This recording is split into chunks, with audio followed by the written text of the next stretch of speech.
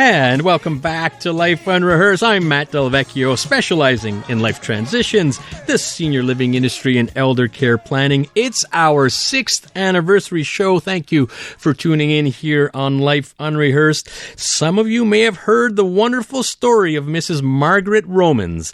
Mrs. Romans recently turned 111 years old, and she became a bit of a local celebrity with many news outlets covering her birthday and celebrating her life. Well, we have Mrs. Romans on the line. She joins us from her residence, the amazing Chateau Pierrefonds.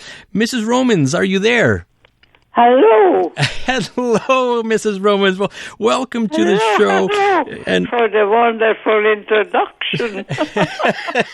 You are most welcome, and you deserve it. What a life unrehearsed you have lived. Thank you so much for joining us here on Sunday. I'd love to hear a little more about you. You were born in 1912. Where were you born and raised, Mrs. Romans? I was born in Latvia, Riga, Latvia.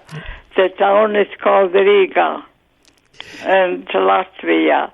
But Latvia was not there at the time I was born because it was occupied by Russia, and it was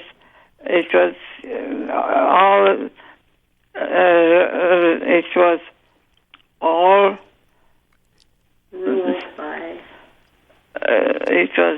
ruled. I lost the word. Yeah, it was ruled at the time dealing with... It was all ruled by the Tsar Nikolai II, and that was... Everybody was speaking Russian in the country from the older generation, and the young generation didn't get the language because the ruling was ended. And of course, you know, being born in 1912, that World War I was just starting, and you were born and raised in Latvia. From what I understand, you are the oldest Latvian on earth. So congratulations for that. You grew up in very... It was not my doing. I think it is my fate. Yes. Well, yes, and in fact, we're going to talk a little bit about that. Now, growing up must have been really challenging, but the love of your life came along, Heinrich, and I believe you got married in 1941. Can you tell us about that? Right. I met Henry on a trip to the World Exhibition in Brussels, and we had been friends for a short time.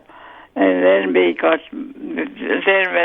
I finished my profession and he finished his engineering, then we got married.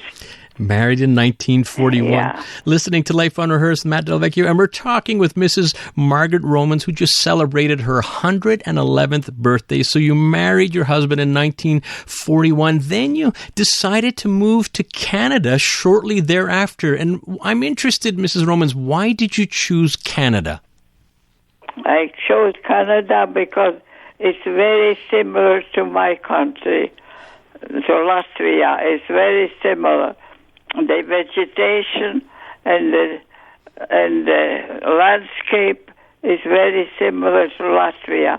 The rolling hills and the lakes and the rivers is very much the same. And the climate is not very much different either, although Canada is colder. But Latvia is a little bit warmer. When we went to school, when the temperature was 14 minus, then we didn't have to go to school anymore. And here the children go to school with 14 minus. Yeah, not 14. Now it's minus 40 and their kids are still going. Yeah. My goodness. Well, interesting that from a geographic standpoint. The vegetation is very much the same trees. The oak trees, the birch trees, and the rolling hills, not anything exceptional. It's very, very lovely landscape. okay. It's so nice, and we are very blessed that you chose Canada at the time. You lived independently, Mrs. Roman, until 107 years old. You are now 111 years old, as mentioned, at the wonderful Chateau Pierrefonds. I'm sure you get asked this question often, and I have to ask you as well. What is the key to a long and happy life, Mrs. Romans? Happy life is being happy in yourself, being happy in your own being, and you always be curious and look forward to. Now I have to look forward to our next elections, and there's always something to look forward in technology, and I'm interested. I'm very, very interested. And the second good fortune I have are my wonderful, wonderful friends. I have unbelievably good friends, and they are keeping me alive too. It's such an important point, the whole social aspect of it. And look what you've been through in your 111 years, and being curious and having that network of friends have obviously done you very well. And so I do have to ask, you're listening to Life Unrehearsed. We are talking to Mrs. Margaret Romans, recently celebrated her 111th birthday. I know I'd like for you to talk to some of the younger people out there, Mrs. Romans, and you have seen it all. What could you recommend to the younger generation? Yeah, I have lived 2 years under communism, and we have lost everything we had. We lived a very comfortable life, and we lost everything in one night by the communist regime. And then we were starting to think of another way of living, because the communism was very, very harsh. A lot of the intelligentsia was sent to Siberia, and we escaped so far. And then I had finished my education, and my husband was already a young engineer. He finished, and then for the young people, it's education, and again education, because whenever the things are changing, you never know what you lose. So anything can be lost except what you have in your head. That's what my father told us children. He said, what you have in your head, nobody can take away from you. Yeah. And it was the best advice I have ever had in our life. I hope they're not. And you know what? This just doesn't even apply to the younger generation. I think for everyone, keep your mind going, get educated, stay curious like you have. Your husband, wonderful husband, was a great engineer. And I understand you have a passion of art. And I think you even taught for many years, didn't you, here in Montreal? I taught, here at the YWCA. I taught craft. I taught pottery and leatherwork and bookbinding, and I met wonderful students.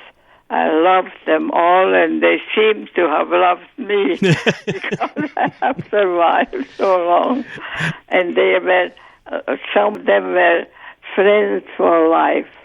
I have one now in the Kensington in Montreal.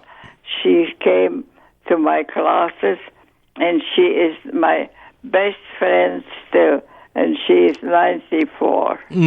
best friend at 94. You've got her by, what is that? If I do that right, you've got her by, that's what, 19 years? Am I doing that right? No, I got to do 17 years. I got to get my math right. Well, Mrs. Romans, we're out of time, but this has been, I can't think of someone more appropriate on our 6th anniversary show to have someone like yourself on Life Unrehearsed. And I want to thank you. And of course, a shout out to your great niece and your great nephew who are at your side and help line all this up for us. God bless, Mrs. Romans, and thank you very much. And thank you for your interest, and I wish you a good future. Thank you, and much health and happiness to you as well. Thank you. That's Mrs. Margaret Romans. What a sweetheart. Just turned 111 years old. All right. Coming up on this, wrapping up this last segment on our 6th anniversary show, I often get asked, Matt, what are some of your most memorable guests? Well, guess what? That one just made the list. I'm going to be playing some audio clips of some of the more memorable interviews we've had over the past years. It's our 6th anniversary show. We're going to do a little celebration. Believe it or not, 6 years to the day since Life Unrehearsed started. Very proud of our run and wish to thank our loyal listeners for your words of encouragement throughout the years. I often get asked, what was your favorite interview, or which interview stands out the most? And it's a very difficult question to answer. Over the course of the 6 years, I've done about 300 shows. We've had over 600 guests, and it's really challenging to narrow down what they are. Many stand out, but I've selected a few that do stand out, and I want to begin with one of our very first interviews. Believe it or not, I'm going back. We started in March 2017. I'm going to bring us back to May 2017. We were only a few months into this, and we reached out to Sophie Gregoire Trudeau, and we asked, and she said yes for an interview. And we put in the request. Okay, Mrs. Trudeau's coming in. And they were like, wait a minute here. We've been trying to get her for a long time. What did you do? We simply asked. And I want to give a little context here, because this is, at the time, she's a big advocate on body image. And in 2017, she was very open about her eating disorders, and specifically bulimia. And she's had her challenges with that. So here's a quick little clip when we were asking her about what she can suggest concerning body image. It's not about our words, it's about our actions. And if I'm a mom and I keep looking at fashion magazines and I weigh myself every day of the week, and your daughter's watching, right? How do you feel about your own body? What do you do or not do to your own body to transform it to correspond to ridiculous standards of beauty that obsessed with youth? What does it say about a mature woman who grows older in our society? What is the message that we share about that? It should be beautiful and filled with strength and courage and wisdom, but it's quite the opposite. So when we're telling our kids that growing old is negative and ugly, excuse me, but what kind of future are we preparing them for, right? Absolutely. Yeah. So that was really heartfelt. That the female voice you heard there, for those of you who remember from the very beginning, was Stephanie Erickson. That was the original co-host when we first started the show 6 years ago. So we wanted to thank her for doing that. When she came into the station, not a big entourage. There was just one security person and one of her admin people, and she was very gracious in helping us out as we were just getting off the ground. All right, another inspirational person was Hazel McCallion. Many of you know the name of Hazel McCallion. She served as the mayor of Mississauga for 36 years. That's actually 12 separate municipal elections, and won all of them quite easily. She was also a professional hockey player. She received many honors, including being a member of the Order of Canada. And she made news. She unfortunately passed away this year at the age of 101 years old. I want to share a clip from an interview we had with her in 2017. Now, you have to bear in mind, she's 96 years old at the time, and there's an interesting side story here. I actually had to advance the interview by 1 week. Why? Because she had to catch a flight to Australia because she was attending a conference. And this was at 96 years old. We asked Mrs. McCallion about her secret to longevity. Well, I'm asked that question often. It's very difficult to know, really. First of all, I grew up on the Gaspé Coast, in Port Daniel on the Gaspé Coast. Lived on a farm. My dad was in the fish processing business. So I ate very organic food, fish and meat and chickens. We had everything on the farm. And I never was introduced to junk food until I hit Montreal at the age of 16 or 17. Junk food in Montreal. In fact, I grew up on unpasteurized milk. I drank a lot of that.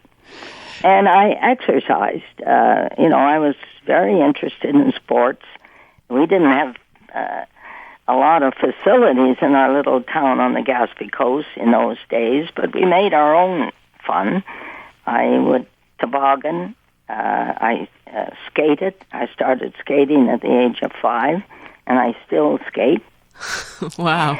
So I think if you get a good beginning, and I grew up, I was a depression kid, so I grew up appreciating that everything I got, I appreciated, and I was encouraged by both my mom and dad to work hard. They always said that if you give the best to whatever you do and whatever job you undertake, the best will come back to you. It's Hazel McCallion, at the time 96 years old, recently passed away at 101. Amazing lady. We're going to wrap it up. As many of you know, I'm a bit of a hockey guy. I love when we get some sports figures here on Life Unrehearsed. And I want to bring you to an interview with Wally Harris. And I always remember watching him on TV in the 70s. He's an original 6 NHL referee. The stories he had were unbelievable. I could have listened to him for hours. Here's a clip from my interview with him in 2018. He's reffing a game at the Boston Gardens in the early 70s between the Chicago Blackhawks and the Boston Bruins when they were in their prime, and they were down to the last minute or two of an intense game. Here it is. So we got this game going on, and it's Chicago. And, of course, like you say, Phil Esposito has had 3 breakaways, and he can't get a goal on his brother. So they're losing 2-1, and we're into the last minute of play. Bobby Orr was as typical, picks up the puck behind his net, skates through everybody. He hits the blue line, and all of a sudden he goes flying in the air. And there's no whistle right away from me. And I said, because I heard a whistle, and it was my linesman. But nobody else heard it. And so there's no penalty here because it wasn't deliberate. He just went over the stick and he tripped. So what happens is now the whole building comes just to down. Understand, it's actually an offside call. Is that right? It's an offside call, which nobody knew but me. Everyone and John. saw the trip, and they should have called the penalty, but it was offside. Exactly. Legitimate. And so, but no one gets it at the Boston Garden. So bottles and everything came flying down, and I got the players at center ice. I said, you both leave the ice when you get a chance. I said, because this game is not going to end. I said, we're going to the dressing room, and I'm coming back. We haven't had a game in the National League yet that's been defaulted on the ice. I said, this isn't going to be the first one.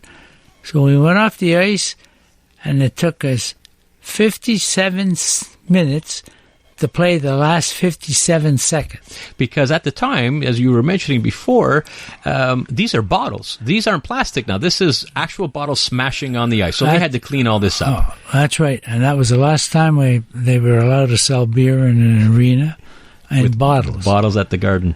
But anyway, I threw Sinden out. I threw Bobby out, especially Bobby first. That did it.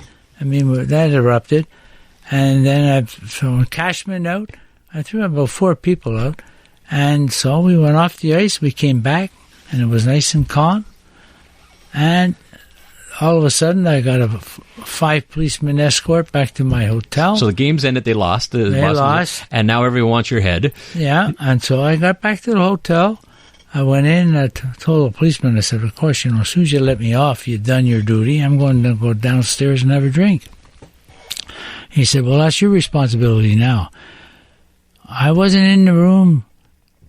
20 seconds, my phone rings. And he said, did you get back all right? I said, yes, I did. Thank you. And we hung up. It was Bobby Orr. No. He was a classy individual who realized, what have I done? Because, now the building's gone a little crazy, and if something happens to him, I'll be responsible. So he had enough class to phone me and just to make sure I got back to the hotel. Unbelievable. Now, I've gone through a cancer for 2 years. Cancer. Yeah, you've gone through some cancer treatment That's just for the last couple of years and heart issues. Yeah. Like this is right now, 2017 and 18. And that class still continues. Every second week, I got a call to see how I was doing. By Bobby Orr. By Bobby Orr. He found out from somebody that I had a problem, and that's the kind of person he was.